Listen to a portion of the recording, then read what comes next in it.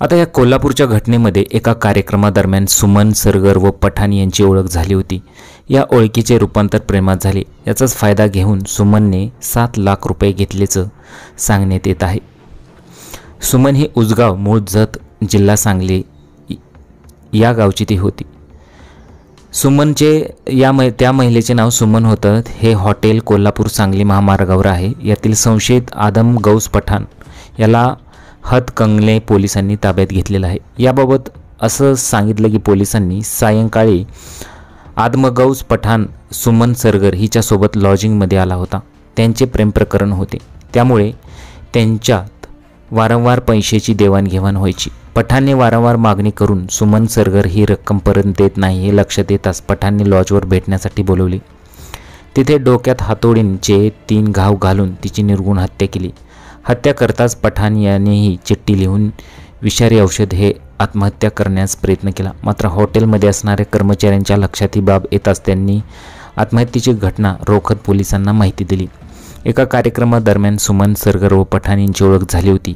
या ओळखीचे रूपांतर प्रेमात झाले। याचाच फायदा घेऊन सुमन सरगरने 7 लाख रुपये घेतल्याची तक्रार पठाण यांनी हत्या केल्यानंतर पोलिसांना केलेली आहे।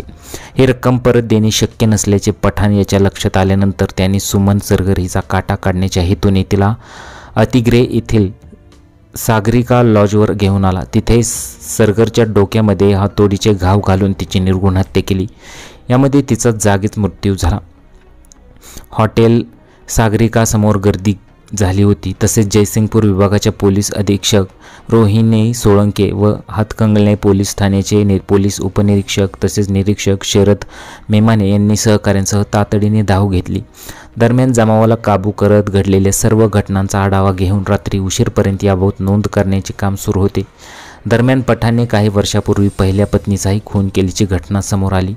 तो कागल पंचतारिका औद्योगिक वसाहतीमध्ये एका कंपनीत कामाला होता। याबाबत पठाणवर गुन्हा नोंदवण्यात आलेला आहे। तर अशी ही संपूर्ण घटना घडलेली होती। कार्यक्रमात ओळख झाली, परंतु लॉजवर बोलवून अक्षरशः निर्गुण खून केला, कारण की 7 लाख रुपये सुमनने हे घेतले होते। अशी ही संपूर्ण घटना घडलेली आहे। तुम्हाला या घटनेबद्दल काय वाटतं? तुमच्या प्रतिक्रिया जरूर कळवा। चॅनलवर पहिल्यांदा आला असेल तर चॅनलला जरूर सबस्क्राईब करून घ्या। भेटूया पुढील व्हिडिओमध्ये। नमस्कार।